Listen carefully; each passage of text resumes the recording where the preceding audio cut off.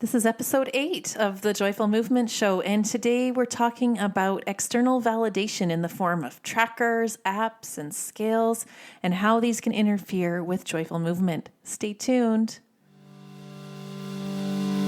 Hi there. Welcome to the Joyful Movement Show. I'm your host, Kim Hagel, mom, recovering dieter, and founder of Radiant Vitality Wellness. As a personal trainer with my own story of body acceptance, I've seen firsthand how diet culture influences the fitness industry and the damage it causes the women I work with, keeping them on the start-stop cycle, struggling to find motivation.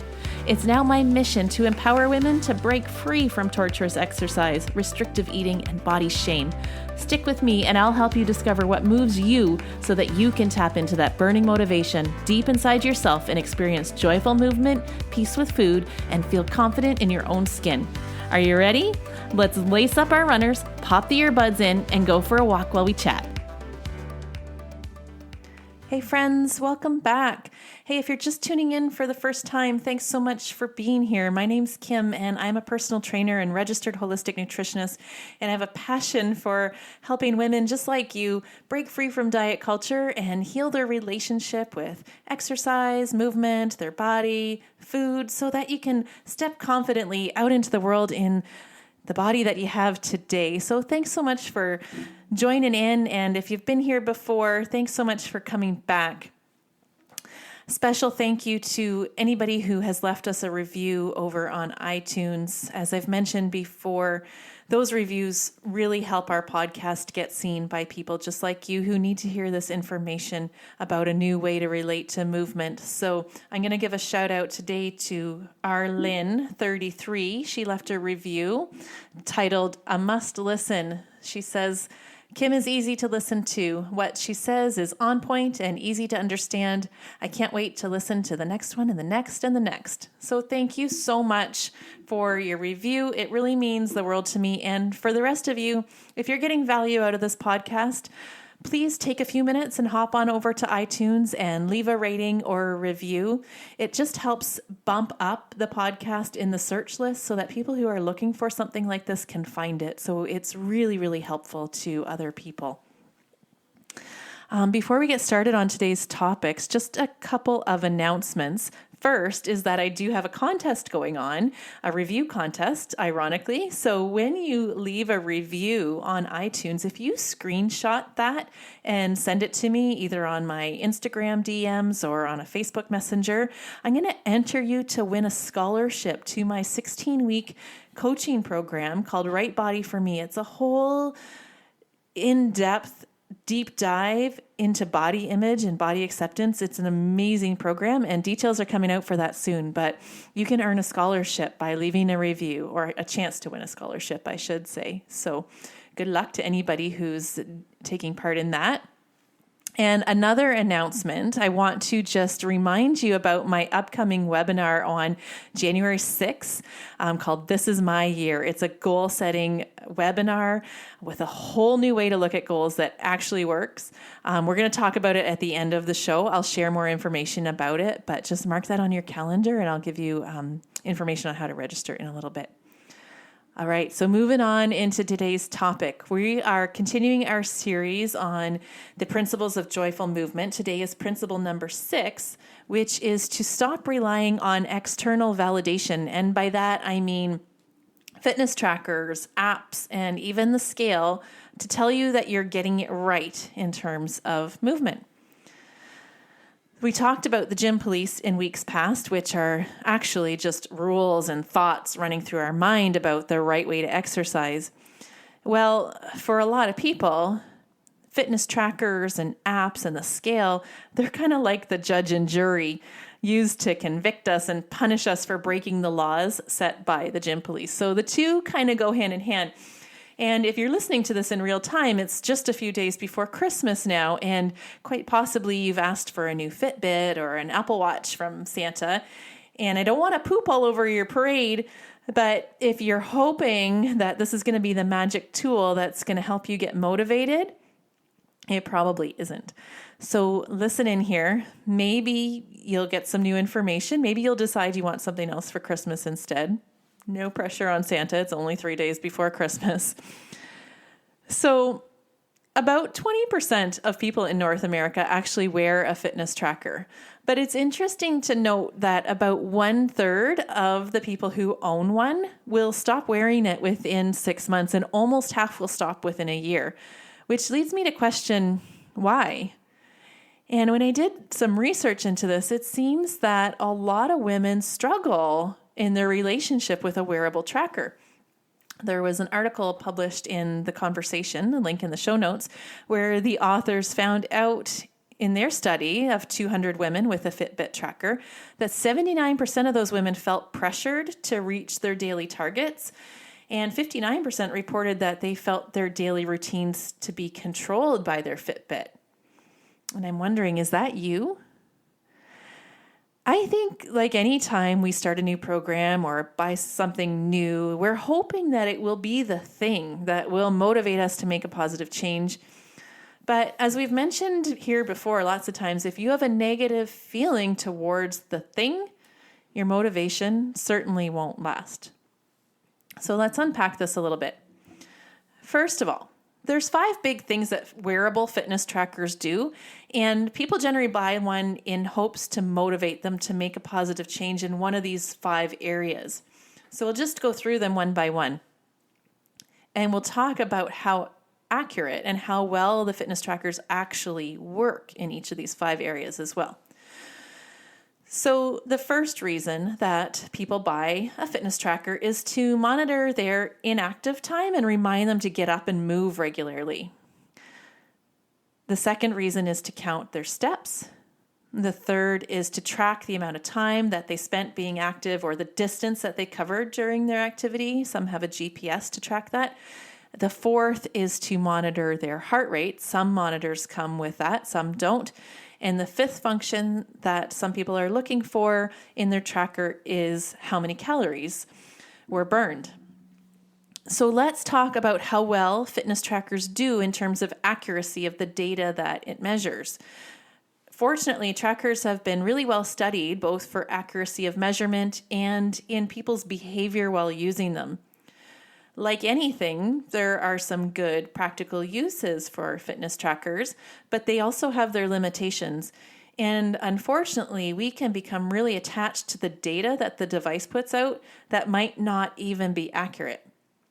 So let's break down each of these 5 functions and what the research says about each one. So the first purpose that people buy trackers for is that inactivity reminder. And fortunately, trackers are definitely accurate at doing this. Even the very basic ones, the inexpensive ones, can tell you when you've been inactive for a long period of time, and they signal you that it's time to get up and get moving. And we all know that sitting too long and staring at a screen all day is really hard on the body and the mind. So these tools are really great for people who are sedentary and need that regular reminder to get up and move, such as office workers. But the limiting factor with this function is that it's only helpful to people who find that hourly buzz useful and not annoying. If you're turned off by it, it's not motivating to help you get up and move. And it's only really beneficial for people who work in a type of setting where it's possible to get up and move when it beeps. Depending on your work situation, that's not always feasible. So then we end up silencing the tracker and not doing what it's telling us to do anyways. So my take on this is that if this is the only reason that you think you need a fitness tracker, a timer on your phone or a beep on your computer would probably work just fine. You don't need to spend extra money on a fitness tracker. The second reason that people buy a fitness tracker is to track their steps. And that's the main reason that the majority of fitness tracker wearers use them. For the most part, they do a pretty good job of accurately measuring the steps that you take. Although some of the cheaper wrist models can confuse random arm movements for walking. The real issue with the whole step counting feature is the whole notion that 10,000 steps a day is the gold standard that every human must be striving for. There's actually no scientific research to prove that this is true. It's actually pretty funny. The number is completely arbitrary. It was chosen by the manufacturers of the first pedometer back in the 60s. And it was called the Mampo-K, which translates as the 10,000 step meter. And it was made in Japan as part of a marketing campaign around the excitement for the 1964 Tokyo Olympics, and it just caught on. And to date, there have been numerous studies trying to pinpoint the right amount of steps that a person needs, and the jury's out. The main reason they can't come up with a number is because most of the studies look at calories burned or weight loss as the outcome goal. And obviously, more steps taken would result in more weight lost. But in terms of actually maintaining good heart health and mobility, the number of steps needed might actually be much lower, maybe even as low as 3,000 to 5,000. Nobody's really been able to determine for sure. The other limiting factor in step count alone, it doesn't take into account the intensity of the walk. So while 10,000 steps is still a lot of walking, we do know that in order to keep our heart healthy, we need to work at a moderate to vigorous intensity. So 10,000 easy steps isn't the same or necessarily as beneficial as 5,000 more vigorous steps. We're just not clear. One study did determine that it might take about 7,500 steps to equal the 30 minutes of daily activity recommended in the Canada Physical Activity Guidelines. So that's something. But if you're confused by any of this, you're not alone. I am too. What I took away from all this info and research that I did is that counting steps basically is pointless. But meanwhile, we see people doing laps of their kitchen at night when all they want to do is go to bed because they have to get their 10,000 steps in. Food for thought, right? So the third function of wearable fitness trackers that people use them for is to calculate the time they spent exercising or the distance that they traveled. And from an accuracy standpoint, most of the trackers out there are good at this measurement. Most trackers, I should say, are about 90% accurate. So that's good. This can be really useful for people who run or cycle, particularly if you go out by yourself and you only have a certain amount of time to be out, or if you're only intending on going a certain distance, it helps you to know when to turn around. There are some practical uses for these things, that's for sure. Myself, I use an app when I'm running. I know my body pretty well, and I can usually accurately assess how long of a run my body feels like doing on a certain day. And I determine that before I even put my feet on the pavement. But I'm not a great judge of distance or time once I'm out, especially once I get going and I'm into my music or my podcast. So I could end up running out too far and not having enough gas in my tank to make it home. So for me, an app is helpful in that standpoint. But where we can run into issues is if we become attached to achieving a certain distance because it's what our app or our training program says we need to do that day, and ignoring our body's cues as to what's enough, or potentially using the tracker to monitor our pace and allowing it to dictate how fast or hard we go, and not listening to what our body is telling us we need to do that particular day. And also, a lot of these trackers and apps have challenges that you can participate in amongst your peer groups, and how you engage in those challenges can be tricky too. Sometimes we can allow the competition to take over our own good judgment of the best way to move our body. And I'm going to circle back to that point in a little bit. The fourth function that some wearable fitness trackers have is the heart rate monitoring tool. So this one can be really useful if you're an athlete who's training for a particular race, sport, or distance event. Heart rate monitoring is important for athletes to self-monitor their fitness level and the intensity that they work out during a training session. They have specific goals that they need to measure, and heart rate can be an important tool. But most of us average people or even semi-competitive athletes, we really don't need to monitor our heart rate. And most of us don't know how to interpret the data anyway. There are a lot of variables at play. And unless you have a specific training plan from a knowledgeable coach with heart rate zone recommendations for you specifically, you're probably not going to do it right. And just as an FYI, I don't even know enough about heart rate training to implement it for myself, and I don't prescribe it to anyone. It complicates something that's very simple and innate. It's actually really easy to monitor the intensity of your workout through your own body cues. And you can do that by simply using the talk test. So a moderate intensity exercise session usually means that you can speak one sentence at a time during your activity. Vigorous activity would mean that you can speak maybe 3 or 5 words at a time. If you can only get out one word, you're working way too hard. And if you can speak in full paragraphs, well, that's light intensity. And that's all you really need to know. The only reason that the average everyday exerciser would want to know their heart rate is because it factors into calories burned, which leads me to the 5th reason why people wear fitness trackers. And this is the ironic thing, is that fitness trackers are not at all accurate for measuring calories burned. There was an investigation done by Stanford Medical School, and they found that even the most accurate device was off by 27% in terms of calories burned. And the least accurate device that they measured was off by 93%.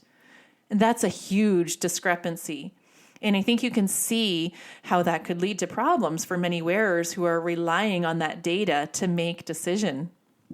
Here's the reason they can't accurately measure calorie burn is because the degree of variability from one person to the next is so large. Fitness trackers use a very general formula based on simple data that you input, like your height, your weight, the time you spend exercising, and your heart rate. And they use that information to calculate the calories burned. But really, it's a lot more complex than that. And unless you're in a test tube, there's really no way for a simple tracker to measure this. It factors in things like your height and your weight, of course, but also your resting heart rate compared to your working heart rate and the ratio of difference between the two. It factors in your percentage of muscle compared to your percentage of body fat, your general fitness level compared to your daily activity level, and your own metabolic rate at rest, and even your genetics. Those are all things that come into play in calculating the amount of calories that you burn during a movement session. So even the very best fitness tracker can't take all of that into consideration. And yet we rely on this information to help us make decisions about how to exercise, to justify how much food we can eat, or how to burn off the food we already did eat. And it's very easy for people to become obsessed with the data that the tracker provides and end up driving ourselves crazy trying to get enough steps or burn enough calories. Now, the funny thing is that I would guess that most of you or the people out there who own a tracker didn't buy it because of the calorie burning feature. Most of us aren't into counting calories. I'm sure you would say that you got one to help motivate you to engage in healthier habits and track your progress towards a goal. But I wonder if that's how it turned out. Did it work to help motivate you, or did you find yourself getting hooked on the numbers? Did the fact that the calorie counting feature is there cause you to start fixating on something you never worried about before and become obsessed with balancing your exercise calories with your food calories and maybe restricting your diet to help compensate for your activity or your inactivity, or exercising to compensate for the food you eat? Did you start engaging in unhealthy competitions or feeling pressured or controlled by all this data that your tracker is spitting out? Or are you one of the people whose tracker is sitting in the bottom of your sock drawer, no longer being used? That's me.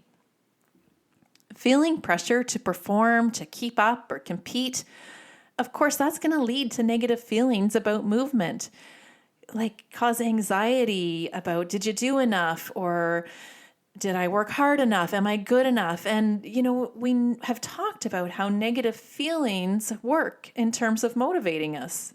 And by that, I mean, like, it doesn't motivate us. Negative feelings never cause us to feel motivation. And if you missed my talk about motivation, that's episode 2. Or you can download my free guide, The Motivation Secret, which is in the show notes. Okay, so to recap, here are some questions you can ask yourself to self-assess whether your relationship with your fitness tracker is serving you or not. Question 1. What was your original intention when you started wearing the tracker? And was it helpful for that purpose? Did you find it motivating? Are you still wearing it for that purpose, or has your focus shifted? Number 2, how are you using the data from your app or tracker? Are you assessing the info from a place of curiosity and just noticing?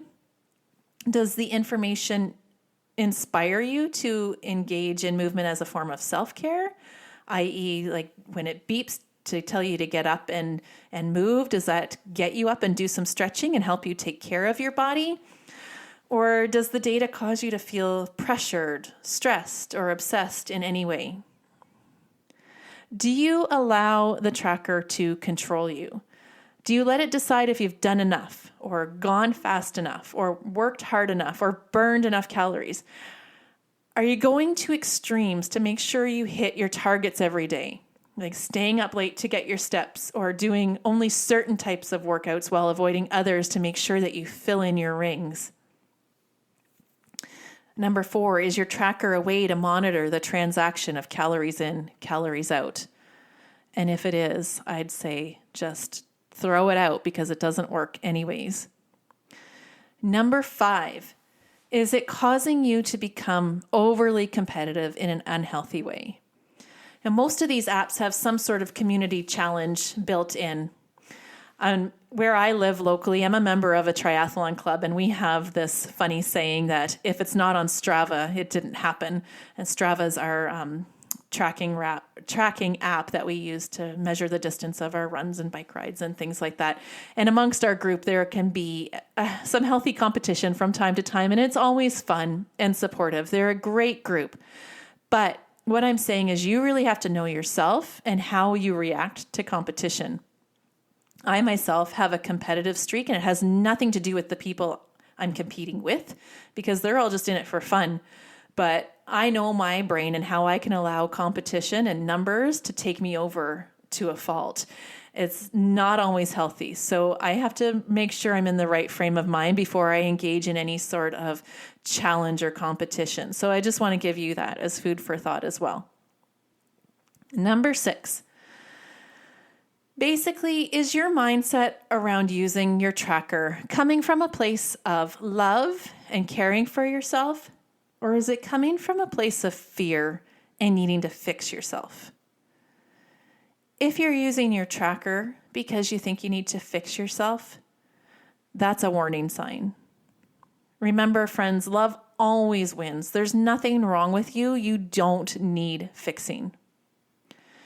And just a little side note here, I centered most of my conversation today around wearable fitness trackers, but everything that I'm talking about here, all the same principles apply to the use of calorie counting apps such as MyFitnessPal or even the bathroom scale. Weighing yourself often to assess whether your food and movement choices are right, it's all the same thing. All of it is relying on some external tool or number to validate that you're doing a good job. And it's all just diet culture in different forms. So with all that in mind, and knowing that so many women feel such pressure from using a tracker, I think it's safe to say that in general, these trackers might be interfering with experiencing joyful movement. And we also learned today that there's a lot of limitations. They're not all that helpful. We know that a lot of the things these apps are tracking are arbitrary or inaccurate anyway. So if you're not getting good, reliable data from their thing, that's just something to be aware of too. If all this tool is doing is causing you to feel badly about yourself, highlighting that you're not doing enough, or if it's causing you to struggle with motivation, then maybe it's time for something different. But good news, the only tracker you really need, you've already got it, and it's free. The tool is your body, and the app is the process of attunement. Attunement is simply the process of tapping into your body's own signals and cues and using them to guide your movement and eating choices. Like I said with the talk test earlier, your body has its own way of telling you whether you're working hard enough. The talk test is one way the body signals us. But other ways your body can talk to you are through your energy level. You know far better than an app how much you have to give on any given day. Another signal is just how your body feels. Maybe your legs are sore and running today wouldn't be the best choice. Perhaps a walk and a stretch would feel better. The other cue your body sends is just your mental state, how you feel in your mind. Are you feeling stressed out and maybe needing something simple and low key today? Are you feeling happy and inspired? Maybe you want to dance around your kitchen. Maybe you're angry and you need to throw a kettlebell around. Or maybe you're just spent and you need some restorative yoga. No app can possibly assess all these things, but you can by scanning your body and noticing how you feel from head to toe and asking what would feel best for you and your body today. Attunement means trusting your body to know what it needs and allowing it to set the pace. It means feeling empowered with the knowledge that you know your body best and you can make the best choice. It means there's no one right way to move and no one right intensity. And it means there's no need for competition. Attunement is choosing what's in your highest good and saying thanks anyway to the things that don't serve you. Now, none of these are going to tell you how many calories you burned, and you might question whether you did enough to burn off the foods you ate, but that's where intuitive eating comes in, which is a topic for another date, but is just about tuning in to your body's cues when it comes to how much to eat, how much you need, when you're full, when you're hungry. But it's also awesome because disconnecting your movement from the desire to lose weight or the need to burn calories is the number one thing that you can do to help improve motivation and help to feel empowered to move just for the pure joy of it. Honestly, guys, your body has the whole calorie balance thing figured out anyways. Your body knows what size it wants to be, and it wants to feel its healthiest, most energetic best. So when we can tap into our body's signals and listen, it's going to do a way better job of working all that out than any app anyways. So there you have it. Save your $300 to $1,500 and ask Santa for something different this year. Or maybe you make your New Year's resolution to stop using your tracker. On that note, with New Year's just around the corner and everybody to start thinking about goals for 2021, I wonder if you'll join me in resolving to reject diet culture this year. We are about to get bombarded by all the ads selling us the next great thing that's going to help us finally lose the weight. I'm going to ask you, can you stand strong with me and promise not to spend your hard-earned money supporting the $70 billion a year diet industry? They are not here to help you, my friends. If there were some magic answer to weight loss, we'd all know about it by now. The truth is, it doesn't work. 95% of weight loss attempts fail. Instead, how about deciding to make 2021 your year? The year that you say yes to you, saying yes to living your best life, saying yes to choosing goals that inspire you and light you up, saying yes to feel great in your now body, saying yes to self-acceptance and body respect, saying yes to feeling healthy, strong, confident, and empowered, and saying yes to freedom, choices, fun, and joy. But to say yes to you, you must say no to diet culture. We got to say no to diet programs, weight loss challenges, extreme workouts. Saying no to anyone who tells us that there's one right way to get results. Say no to tying your worth to your weight. And no to all the experts who are telling you what you should want and how you should do it. Does that sound good to you? If so, I want to invite you to join me for my free webinar that I'm holding on January 6th at noon Eastern Standard Time. It's called This Is My Year. And I'm going to show you how to set goals like never before. We're going to discover why most people fail to meet their goals and the simple fix that you can make today to start achieving yours. We're going to talk about the reason why a new diet or a workout will not solve your problems. We're going to talk about why losing weight is not the answer to self-acceptance. We're going to talk about the real way to achieve self-acceptance and how to cultivate it immediately. And I'm going to show you the mindset tool that you can employ to change really any undesired result in your life. It's going to be great, guys, and it's free, and I promise you'll learn something. You can learn more about it or register to attend the webinar on my website, radiantvitality.ca/thisismyyear. It's free, and it will be recorded if you can't make it live, but it would be awesome if you could make it live because you'll have the chance to ask me questions in real time. Either way, you got to register to get access to it live or to get the recording. So go to my website and register. Okay, friends, thanks so much for being part of this community. I hope that you found this episode helpful. Remember that you can find me on Instagram and Facebook at Radiant Vitality Wellness, and you can learn more about how to work with me on my website, which is radiantvitality.ca. I want to wish each and every one of you a very, very happy holiday season. Whatever it is you celebrate, I know it's going to look different for all of us this year. I hope that you're surrounded by those you love and feel the joy and magic of the season within the safety of your bubble. Be well, my friends, and here's to your radiant vitality. Hey, before you go, I just want to tell you how grateful I am for you. It means the world to me that you're part of our Radiant Vitality community. I've got a free gift for you. Head on over to my website and download the Motivation Secret, the simple mindset shift that will get you off the start-stop cycle for good. The link is in the show notes. And hey, if you enjoy this podcast, the greatest gift you could give me is to leave a review or share this episode with a friend. Your shares and reviews help my show get seen by more women just like you who are ready for something different with fitness. And when you share the love, I'll enter you to win a scholarship to Right Body for Me, my 16-week transformative coaching program. Just DM me a screenshot on Insta to show your review or share. You never know, I might give you a shout out on a future episode as well. Bye for now, friend.